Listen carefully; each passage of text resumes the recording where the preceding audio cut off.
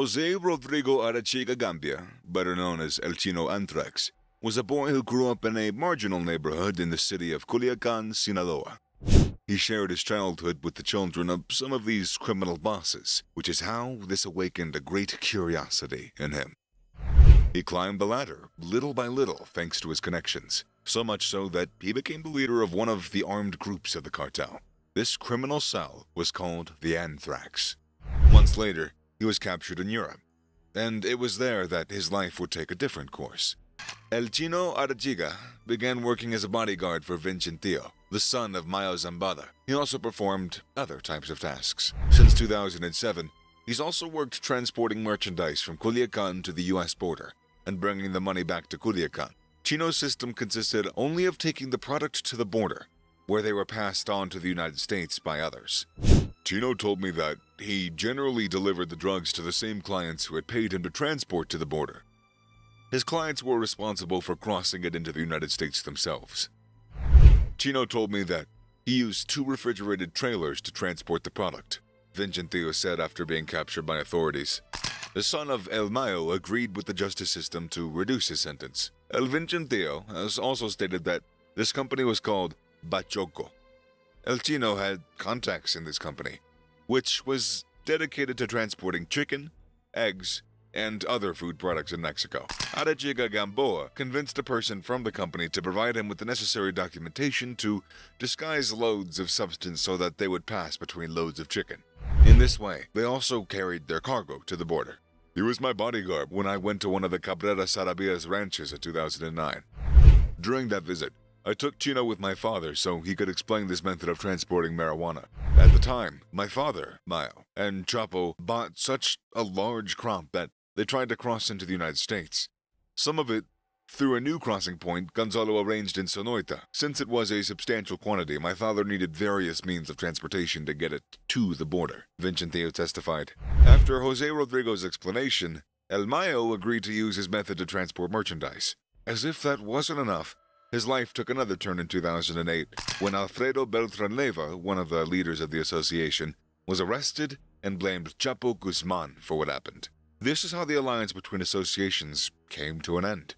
When the organization he was part of separated from the Beltran-Leyva cartel, they commanded the creation of a new special force, and this was called Los Anthrax. This force was in charge of providing armed security services to Ismael Zambada. In this criminal cell, young men were taught to kill and torture with style and class. The group's name is an allusion to the virus, and it causes quick death to its victims. This criminal cell is known for its tactics when executing actions and boasting about the luxuries they can afford through social networks. In this cartel war, one of the main characters was Aréchiga, in conjunction with his group, the Anthrax. This confrontation extended over time and caused many deaths in Sinaloa, Nayarit, Baja California, and Sonora. Mexican authorities captured Vincentillo and Mexico City in 2009.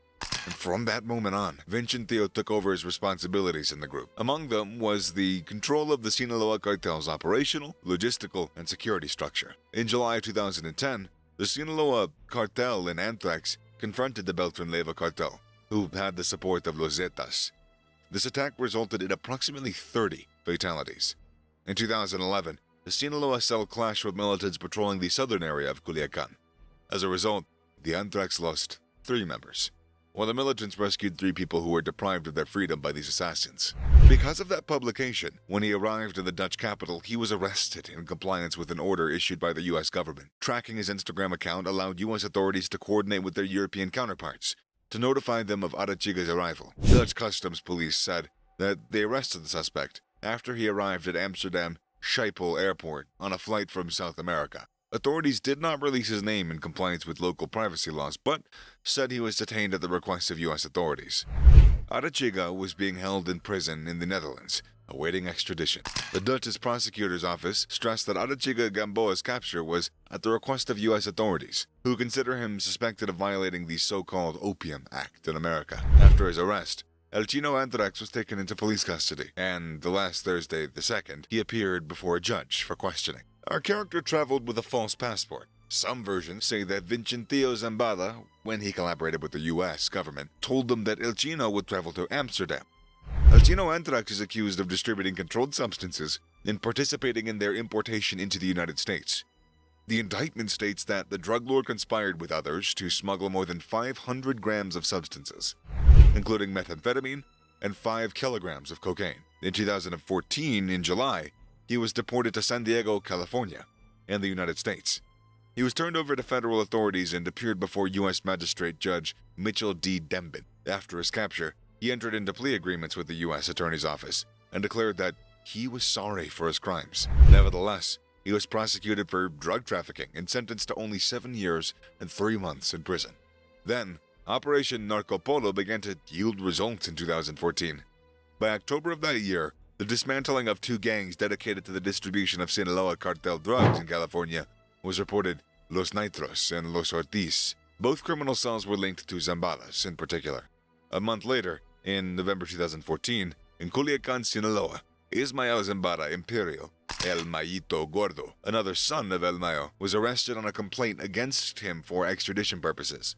El Chino Anthrax was behind these 2 hits on the Sinaloa cartel, particularly the Zambadas, the family he served. In early 2015, the U.S. Department of Justice released a list of those involved in the Narco Polo operation. The list included 100 members of the Sinaloa cartel, among them El Mayo Zambada and his sons El Mayito Gordo, Serafin himself, and Ismael Zambada Siqueiros, El Mayito Flaco. Ivan Archibaldo Guzman Salazar, El Chavito, El Chapo's firstborn, also appeared on the list, as did Elicio Imperial Castro, El Chino Anthrax, and associate of El Chino Anthrax, and nephew of El Mayo Zambada, considered the last of Los Anthrax. Although they don't appear on the 2015 list, other capos were added to the target of the Narco Polo operation.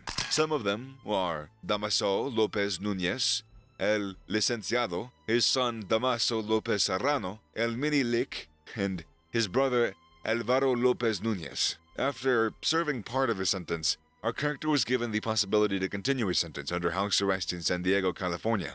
However, if the convict left the 500-meter perimeter where he was said to be held, otherwise he had to notify his supervisors. According to court records, Ismael El Mayo Zambada's former hitman boss was granted parole and the benefit of house arrest due to his good behavior and cooperating with prosecutors. El Chino Anthrax reportedly said that he was sorry for his criminal record and he only wanted to rebuild his life honestly. In a morning check on May 8, 2020, the supervisors went to this address, where they found Aréchiga Gamboa's cell phone, but all of his belongings weren't there.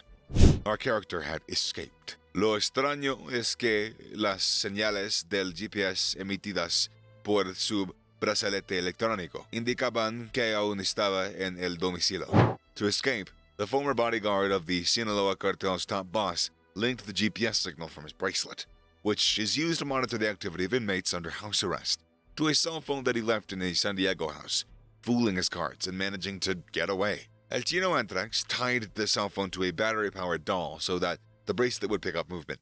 But a toy was moving between the kitchen and the bedroom while he was escaping. According to the U.S. media, that gave him a few hours for the agents not to suspect. After evading the U.S. authorities, Aréchiga Gamboa crossed the border into Mexico through Tijuana. According to the source's hypothesis, the leader of Los Anthrax would have searched for his brother Ricardo Aréchiga. Ricardo was a businessman in the agricultural and recycling industry who resides in Los Cabos, and who, according to versions, were close despite having always remained on the sidelines in the criminal life of Los Anthrax. The body of El Chino Anthrax, former hitman chief and former bodyguard of Ismael El Mayo Zambada, was found in a luxury van, abandoned on a dirt road last Saturday. With him was also the bodies of his sister and brother-in-law. The 3 bodies were found in the black BMW van, tied up and wrapped in blankets. Although the authorities haven't issued any information on the matter, how the bodies were found suggests that it was an execution. Off the record, it's known that El Anthrax, his sister Ada Jimena Aréchiga Gamboa, and his brother-in-law Juan Garcia were lifted on Friday night, May 15th, from a house located in Guadalupe, Victoria, neighborhood in Culiacan. Juan Garcia was the local deputy Oquiado Garcia's brother, who died in April due to health complications caused by a heart attack that he suffered last year. The exterior of the house, where the former head of El Mayo's hitmen was supposedly staying, was left with dozens of holes caused by high-caliber gunshots. Also, they completely destroyed the garage door. According to unofficial versions, the Sinaloa cartel itself was behind the execution of Aréchiga Gamboa, his sister, and his brother-in-law. They explain that the murder of Anthrax occurred because he tried to betray the Zambada family. Other versions say that El Chino had an address in Colonia Guadalupe, Victoria, east of the Sinaloa. It was here that the Sinaloa cartel found him. Everything points to the fact that these deaths were due to the settling of scores for being a snitch. You still here? Well, if you enjoyed the video, then give us a like, hit the notification bell, and subscribe to our channel. And remember to leave a comment too.